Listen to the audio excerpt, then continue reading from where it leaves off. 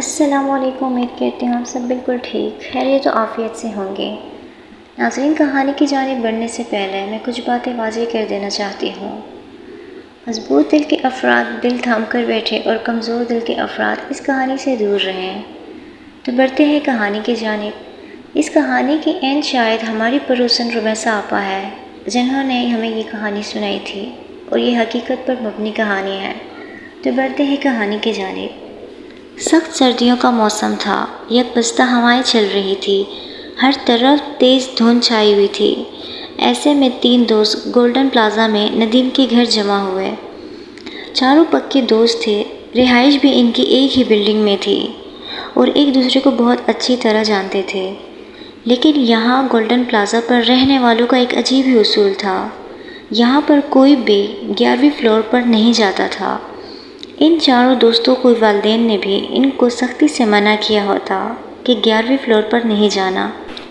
بچپن میں والدین کی پابندیوں میں جکڑے یہ چار دوست دورے جوانی میں تھے، تو والدین کی بات کو یاد نہ رکھتے ہوئے انہوں نے فیصلہ کیا کہ کیوں نہ یہ پارٹی 11ویں فلور پر کی جائے۔ اس پر یاسر نے کہا کہ کیا بکواس ہے یار۔ احمد نے کہا یہ بکواس نہیں، کیوں نہ اس بار 11ویں فلور پر پارٹی کر کے کچھ الگ کر دیا جائے، ہمیں پتہ تو چلے کہ آخر کیوں ہمیں 11ویں فلور پر بچپن سے ہی ہمیں 11ویں فلور پر جانے سے روکا جا رہا ہے، اس بار کچھ الگ بھی ہو جائے گا۔ دانش نے کہا نہیں یار، ہم سب جانتے ہیں وہ ایک آسیب جگہ ہے۔ ہاں بالکل یار، میری امی تو مجھے مار ہی ڈالیں گی، دانش نے کہا۔ احمد نے کہا کم آن یار، ہم ان کو بتائیں گے ہی نہیں کہ ہم 11ویں فلور پر پارٹی کرنے گئے ہیں، ہم بہانہ کریں گے کہ پارٹی کسی بڑے سے ریسٹورنٹ میں کرنے جا رہے ہیں۔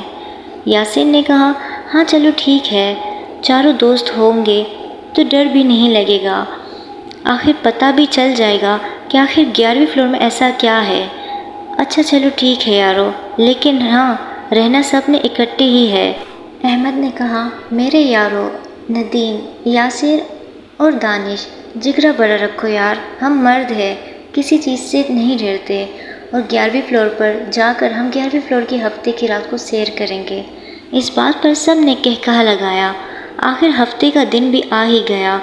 ہفتے کی رات کو سب اچھی طرح تیار ہو کر رات 10 بجے 11ویں فلور کی جانب روانہ ہو گئے، اور وہاں پر پہنچے تو دیکھا کہ عجیب سی وحشت ہو رہی تھی۔ یاسر نے کہا اف میرے خدایا، کس قدر گہری خاموشی ہے یہاں، یہاں تو مجھے وحشت سی ہو رہی ہے یارو۔ اوہ ہو یار، یہاں کھڑے ہی رہو گے یا پھر اندر بھی چلو گے؟ احمد نے کہا سامنے والے کمرے میں چلتے ہیں۔ احمد تینوں کو لے کر سامنے والے کمرے میں چلا گیا، جہاں پر کسی بھی چیز پر کوئی بھی گرد و غبار نہیں تھا، ہر چیز مکمل سلیقے سے رکھی ہوئی تھی۔ کمال ہے یار، جب یہاں کوئی آتا ہی نہیں تو اتنی صفائی کیسے؟ ندیم نے پوچھا۔ ہاں یار، مجھے تو لگتا ہے کہ واقعی آسیب زدہ جگہ ہے، بغیر کسی کے رہائش کے اتنی صفائی کیسے یار؟ دانش نے کہا۔ احمد بولا اف خدایا، اب نرس بھی کرو، ہم انجوائے کرنے آئے ہیں یا پھر یہاں کا معائنہ کرنے؟ ان باتوں کے دوران ہی اچانک یاسر کو کسی کے چلنے کی آواز سنائی دی، جو کہ اس کی جانب بڑھ رہی تھی۔ یاسر نے سب کو کہا کہ تم سب چپ ہو جاؤ اور آواز سنو کہ کوئی آ رہا ہے۔ چلنے کی آواز یہاں پر کیسے یار، یہاں پر تو کوئی مخلوق نہیں ہے، لیکن کس کی ہوگی یہ آواز؟ احمد نے لاپرواہی سے پوچھا یار تم لوگ سب بھی کمال کرتے ہو، یہاں پر تم لوگ کسی چیز کا معائنہ کرنے نہیں بلکہ انجوائے کرنے آئے ہو، چلو اٹھو تم سب۔ دانش کر بھی لو اب سانگ پلے۔ دانش نے سانگ پلے کیا اور چاروں اپنی مستی میں خوب گھوم رقص کرنے لگے۔ رقص کرتے کرتے ہی جب تھک ہار گئے تو اپنی کرسیوں پر بیٹھ گئے۔ ایک لمبی سانس لی احمد نے اور کہا کیا میں تم لوگوں کو ایک بات نہ بتا دوں کہ آخر اس منزل پر آنے سے ہمیں کیوں روکا جا رہا ہے بچپن سے ہی؟ آج میں آپ لوگوں کو بتا دیتا ہوں۔ احمد نے دانش اور یاسر کے فیس ایکسپریشن کو دیکھتے ہوئے مزید من گھڑت کہانیاں سنانا شروع کی۔ کیا تم لوگ جانتے ہو یہاں آنا کیوں منع ہے؟ کیونکہ آج سے ٹھیک 40 سال پہلے یہاں ایک جادوگرنی عورت رہتی تھی۔ ایک دن یہاں پر اسی کمرے میں اس کی لاش برآمد ہوئی۔ سب کی حیران کن شکلیں دیکھ کر احمد زور زور سے ہنسنے لگا۔ دوستوں نے بولا یہ کیا بکواس ہے یار، بات ان کے منہ میں ہی تھی کہ باہر کی جانب سے دوسرے کمرے سے آوازیں آنے لگی۔ یہ سن کر دانش نے کہا، احمد اگر تو یہ تمہارا کوئی کام ہوا تو میں تمہیں چھوڑوں گا نہیں۔ نہیں یار، میں نے ایسا کچھ نہیں کیا، میں خود بھی سن کر حیران ہوا۔ چلو چل کے دیکھتے ہیں۔ احمد نے کہا کہ مجھے ڈر نہیں لگتا، چلو چل کر دیکھتے ہیں۔ جس پر دانش نے کہا، نہیں یار مجھے ڈر لگ رہا ہے، ہمیں نہیں چلنا چاہیے۔ لیکن اپنے دو دوستوں کو احمد کے ساتھ روانہ ہوتے دیکھ کر دانش بھی انہی کے ساتھ ہو لیا۔ باہر آتے ہی ان کی نظر ایک بورڈ پر پڑتی ہے جس پر لکھا ہوا تھا کہ آئیے اور اپنی قسمت کا حال جانیے۔ ارے یاسر، یہ بورڈ کہاں آیا اور کیسے آیا؟ ابھی جب ہم یہاں آ رہے تھے یہاں تو ایسا کچھ بھی نہیں تھا۔ یار مجھے کچھ بھی ٹھیک نہیں لگ رہا، ہمیں واپس چلنا چاہیے۔ ندیم نے کہا، مجھے کچھ بھی نہیں مناسب لگ رہا یار، تب ہی تو یہاں آنے سے منع کرتے ہیں ہمارے بڑے۔ یار پلیز کوئی رسک نہیں لو اور واپس چلنے کی کرو۔ احمد بولا، نہیں یار، جب اب ہم اتنا آ ہی گئے ہیں تو بھلا اندر جانے میں کیا حرج ہے، اور سب ساتھ ہی تو ہیں۔ دانش میں اکیلے واپس نیچے آنے کی ہمت نہیں تھی، اسی لیے مجبوراً احمد کے ساتھ ہی رہنا پڑا۔ کمرے کے دروازے کی جانب انہوں نے دیکھا تو وہاں پر ان کو گھوب اندھیرا محسوس ہوا، جہاں پر ایک ہی کونے میں ہلکی سی روشنی تھی، جہاں سیاہ لباس میں ایک آدمی بیٹھا ہوا تھا اور سامنے میز پر ایک چمکتی گیند تھی جس کی چمک نے اس کونے کو چمکا دیا تھا۔ اندر داخل ہوتے ہی احمد نے پوچھا، جناب کچھ پوچھنا ہے آپ سے، ہمیں اندر آنے کی اجازت ہے، کیا ہم آ جائیں؟ سیاہ لباس میں بیٹھے آدمی نے شیطانی مسکراہٹ سے ان چاروں کو دیکھا اور اجازت دی۔ سب آ کر بیٹھ گئے۔ جناب ہم نے باہر بورڈ پر پڑھا کہ آئیے اور اپنی قسمت کا حال جانیے۔ زندگی کے بارے میں تو ہم سب جانتے ہیں، آپ یہ بتائیے کہ ہماری موت کیسے ہوگی؟ آدمی نے مسکرا کر ان کی جانب دیکھا اور بولا کہ ٹھیک ہے میں بتاتا ہوں۔ یہ سوال کرنے پر تینوں دوست احمد کو گھور رہے تھے۔ اوف میرے خدا، یہ تم نے کیا پوچھ لیا احمد، تمہیں ایسا سوال ان سے نہیں کرنا چاہیے تھا۔ احمد نے کہا، صحیح تو پوچھا ہے، ہمیں پتہ تو چلے کہ آخر ہماری موت کیسے ہوگی، کیونکہ زندگی کے بارے میں تو ہم سب جانتے ہیں، واحد موت ہی ایسی چیز ہے جس کے بارے میں ہم نہیں جانتے۔ یاسر اور ندیم بہت ہی گھبرا رہے تھے۔ سیاہ آدمی نے ان کی گھبراہٹ کو دیکھتے ہوئے کہا کہ میں تم سے شروع کرتا ہوں۔ سنو بیٹا، تم ایک حادثے میں مرو گے اور خونم خون ہو جاؤ گے، اور تم ندیم خودکشی کرو گے۔ اوہ خدایا، ندیم کو اتنا غصہ آ رہا تھا لیکن مجبوراً کچھ کر نہیں سکتا تھا۔ دانش کی جانب اشارہ کیا کہ تمہیں تمہارا دوست احمد ہی مارے گا۔ یہ بولنا ہی تھا کہ دانش نے آدمی کو دھکا دیا اور وہ منہ کے بل کرسی سے گر گیا اور ٹیمپل پوائنٹ پر چوٹ لگ جانے کی وجہ سے وہ وہیں پر دم توڑ گیا۔ سب ڈر گئے کہ اسے اٹھاؤ یار، اسے کیا ہو گیا ہے؟ دانش، یہ تم نے کیا کر دیا یار، ابھی ہمیں جیل ہو جائے گی۔ یاسر نے کہا، نہیں، اس بات کا کسی کو نہیں پتہ اور اس 11ویں منزل پر کوئی نہیں آتا، ہمیں اس کو چھوڑ کر فوراً یہاں سے روانہ ہو جانا چاہیے۔ وہیں پر اس سیاہ آدمی کو چھوڑ کر یہ لوگ باہر کی جانب روانہ ہو گئے اور ایک دوسرے کا ہاتھ پکڑ کر الٹے پاؤں وہاں سے نکلتے ہوئے نیچے کی جانب روانہ ہو گئے۔ آتے ہوئے دانش نے اپنے بال بھی نوچے کہ یار یہ ہم کہاں پھنس گئے ہیں، اسی لیے تو ہمارے بڑے ہمیں منع کرتے ہیں یہاں پر آنے سے۔ بہرحال سب اپنے اپنے گھروں کو آ گئے، لیکن اب بھی ڈر اور خوف اپنے عالم عروج پر تھا۔ احمد نے کہا، ہم اس کی لاش کو چھوڑ کر تو آ گئے ہیں، لیکن شکر اس بات کا کرنا چاہیے کہ 11ویں فلور پر کوئی نہیں جاتا، تو اس بات سے بے فکر ہو جاؤ کہ کسی کو کچھ بھی پتہ چلے گا، بالکل نارمل ہو کر اپنے گھر پر جاؤ۔ یہ کہہ کر سب اپنے اپنے گھروں کو روانہ ہو گئے۔ یاسر گھر پر آیا تو والدہ نے پوچھا، ارے بیٹا اتنی جلدی آ گئے؟ ہاں وہ بس ایسے ہی ہے مما، پارٹی جلدی ختم ہو گئی تو اسی لیے واپس آنا پڑا۔ اچھا بیٹا یاسر ادھر تو آؤ ذرا، مجھے تم سے کچھ کام ہے، یاسر کی والدہ نے کہا اور ہاتھ میں ایک پرچی تھما دی اور کہا کہ بیٹا یہ سامان ذرا لے آؤ مارکیٹ سے۔ یاسر نے پرچی لی اور مارکیٹ کی جانب روانہ ہو گیا اور سوچ رہا تھا کہ نہ جانے وہ آدمی کون تھا جو کہ ہم سے اس طریقے سے بات کر رہا تھا۔ بھلا کوئی دوست کیسے اپنے دوست کو مار سکتا ہے؟ گولڈن پلازا میں اس آدمی کو تو ہم نے دیکھا ہی نہیں تھا۔ ندیم جیسا ہونہار بندہ بھلا کیسے خودکشی کر سکتا ہے؟ یاسر روڈ پر روانہ ہوتے ہوئے ہی خود سے سوال اور خود کو جواب دیے جا رہا تھا۔ ان سوچوں میں گم سم ہی تھا کہ اچانک ہی پیچھے سے آہستہ سے کندھے پر کسی نے ہاتھ رکھا۔ پیچھے مڑ کر جب یاسر نے دیکھا تو یہ وہی آدمی تھا۔ ہاتھ پاؤں کانپنے لگے، بے حد ڈر و خوف کی وجہ سے قدم بھی لڑکھڑا آ رہے تھے۔ ہاں، یہ وہی آدمی تھا جس کی لاش کو یہ لوگ 11ویں فلور کے کمرے میں چھوڑ آئے تھے۔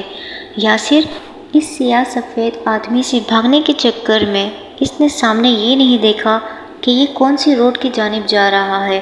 اس آدمی سے بھاگنے کے چکر میں اس نے سامنے آتا ہوا ٹرک نہیں دیکھا، جو کہ اتنی تیزی سے آ رہا تھا کہ یاسر کو کچل دیا، اور وہی بات سچ ثابت ہو گئی۔ یاسر خونم خون تھا۔ تھوڑی ہی دیر میں ایمبولینس اور پولیس کی گاڑی آ گئی۔ لوگ جمع ہو گئے، بہت ہی زیادہ رش ہو گیا۔ یاسر سے خون ایسے جا رہا تھا مانو جیسے خون کا سیلاب ہو وہاں، اور کچھ ہی دیر میں وہاں پر بہت ہی زیادہ رش لگ گیا۔ یاسر کے گھر والے آئے اور رونا دھونا مچ گیا۔ دوسری جانب ندیم اپنے کمرے میں بیٹھا کافی پیتے ہوئے گولڈن پلازا کے اس سیاہ لباس آدمی کے بارے میں سرچ کر رہا تھا، جس پر معلوم ہوا کہ یہ آدمی قسمت بتاتا تھا۔ ایک دن نوبیاتا جوڑا ان کے پاس آیا اور اس آدمی نے ان کو کہا کہ تم لوگوں کی موت بہت جلد ہی کسی حادثے میں ہوگی، اور واقعی ایسا ہو بھی گیا۔ تب سے ہی 11ویں فلور پر جانے کی پابندی لگ گئی۔ نہ ہی اس آدمی سے کوئی ملتا اور نہ ہی کوئی کسی قسم کا تعلق رکھتا۔ دانش کے اس سرچ کے بارے میں دانش نے یاسر کو کال کرنے چاہی، لیکن جیسے ہی وہ موبائل کی طرف بڑھا کہ ندیم کی کال آ گئی۔ دانش نے کہا، کیا تمہیں پتہ چلا؟ یاسر کی موت ہو گئی ہے، بالکل ویسے ہی جیسے اس آدمی نے کہا تھا۔ مجھے بے حد ڈر لگ رہا ہے، لیکن میں اس آدمی کی اس گینگ کو توڑنا چاہتا ہوں جس نے گم اندھیرے کمرے میں بھی ہلکی سی روشنی کر دی تھی۔ میں اتنا جانتا ہوں کہ اس آدمی کی طاقت اس گینگ میں ہے۔ دانش تم بھی آ جاؤ، مل کر اس گینگ کو توڑیں گے تاکہ مزید کچھ برا ہونے سے بچ جائے۔ یہ کہہ ہی رہا تھا کہ ندیم کی چیخ سنائی دی اور کال کٹ کی گئی۔ دانش پر خوف طاری کی لہریں دوڑ اٹھی۔ دانش انتہائی گھبرایا ہوا اور کانپ رہا تھا کہ اتنے میں اس کو میسج ریسیو ہوا کہ اگر ندیم کی جان بچانا چاہتے ہو تو فوراً ہی 11ویں فلور پر آ جاؤ۔ دانش نے بغیر کچھ سوچے دوڑ لگا دی۔ ایک جگہ پر دو سیڑھیاں پلانگتے ہوئے جا رہا تھا اور بھاگتا بھاگتا 11ویں فلور پر پہنچ گیا۔ اوپر پہنچ کر اسے کچھ خیال آیا تو اس نے احمد کو کال کی اور اوپر آنے کو بولا، اور خود بھی محتاط ہو کر اندر کی جانب روانہ ہو گیا۔ آگے بڑھا ہی تھا کہ اسے کمرے کا دروازہ کھلا ملا، جس کمرے میں ان کو سیاہ لباس والا آدمی ملا تھا، جبکہ مجھے اچھی طرح یاد ہے کہ ہم نے واپسی جاتے وقت یہ دروازہ اچھی طرح بند کر لیا تھا۔ اسے لگا ہو نہ ہو ندیم اسی کمرے میں ہوگا۔ اندر ہونے ہی لگا تھا کہ دیکھا ندیم دیوار کے ساتھ چپکے خوف سے کانپ رہا تھا۔ ندیم کی جانب بڑھتے ہوئے قدموں کی آہٹ سنی، اوپر دیکھا تو یہ وہی آدمی تھا۔ ارے میرے ہاتھ پاؤں خوف سے کانپ اٹھے، یہ کیسے ہو سکتا ہے؟ اس آدمی کی لاش تو ہم نے اپنے اس گنہگار آنکھوں سے دیکھی تھی۔ وہ آدمی ندیم کی جانب بڑھ ہی رہا تھا کہ اتنے میں احمد بھی آ گیا، جس کے ہاتھ میں چاقو تھا۔ احمد اس آدمی کی طرف وار کرنے ہی لگا تھا کہ سیاہ آدمی درمیان سے ہٹ گیا اور چاقو دانش کے سینے سے آر پار ہو گیا۔ احمد اور ندیم سہم گئے، ڈر و خوف سے کانپ رہے تھے کہ اچانک ڈارے مار مار کر رونے لگے۔ دوسری جانب سیاہ آدمی مسکرا رہا تھا۔ احمد یہ گیند توڑ دو، ندیم نے کہا، لیکن احمد اپنے حواس میں نہیں تھا، کیونکہ اس کے ہاتھوں اپنے ہی جگری یار دانش کی موت ہو گئی تھی۔ یہ وہی بات تھی جو کہ اس سیاہ آدمی نے کہی تھی۔ اس کی دوسری بات سچ ثابت ہو گئی تھی۔ احمد نے ندیم سے کہا کہ یہ گیند توڑ دو، لیکن وہ اپنے حواس میں نہیں تھا، کیونکہ اس نے یہ سب کچھ اپنی آنکھوں سے دیکھا تھا، تو اس وجہ سے وہ بہت ہی زیادہ کانپ رہا تھا۔ اس کے قدم بھی لڑکھڑا رہے تھے، اس کی برقراری کا ساتھ نہیں دے رہے تھے۔ ایسا ہوا کہ وہ جب اس گیند کی جانب بڑھ ہی رہا تھا تو سامنے اندھیرے میں اسے وہی آدمی دکھا جس پر اسے کہہ رہا تھا کہ آؤ، مجھے تمہارا ہی انتظار تھا۔ اسے اپنے سامنے دیکھ کر ندیم کے پاؤں بجائے آگے بڑھنے کے پیچھے بڑھنے لگے۔ وہ آدمی مسلسل اس کی جانب بڑھ رہا تھا۔ ندیم نے دیکھا کہ میری طاقت تو اس کی برابری کی نہیں ہے، تو وہ مسلسل اپنے قدم پیچھے کی جانب لے رہا تھا۔ وہ اس کوشش میں تھا کہ کسی طریقے سے جان بچا کر یہاں سے بھاگا جائے، لیکن اس آدمی کی تیسری بات سچ ہونے جا رہی تھی۔ پیچھے اچانک ہی ایک کھڑکی بن گئی جو کہ پہلے نہیں تھی۔ نہ جانے یہ کھڑکی کہاں سے آ گئی۔ سیاہ آدمی جب ندیم کی طرف بڑھ رہا تھا، ندیم اپنی ہمت ہار چکا تھا اور اسے اندازہ ہو گیا کہ میری طاقت اس آدمی کی برابری کی طاقت نہیں ہے۔ مجبوراً اس نے اس کھڑکی سے چھلانگ لگا دی۔ یہ سیاہ آدمی کی تیسری بات تھی جو کہ در حقیقت سچ ثابت ہو گئی۔ دوسری جانب احمد کو جب ہوش آیا تو اس نے اس گیند کو زمین پر پٹک کر دے مارا۔ سب دیکھتے ہی دیکھتے سیاہ آدمی کی چیخیں نکلی اور وہ وہیں سے غائب ہو گیا۔ احمد نے یہ منظر دیکھتے ہی ڈبل سیڑھیاں کراس کی اور چھلانگیں لگاتا ہوا نیچے آیا۔ احمد نیچے آیا اور سب کو پلازا میں یہ بات بتا دی۔ یہ بات جاننے کے بعد سب نے 11ویں فلور کو سیل کر دیا۔ آج بھی وہاں سے رونے کی خوفناک آوازیں آتی ہیں جو کہ مجھے میرے دوستوں کی یاد تازہ کر دیتی ہے۔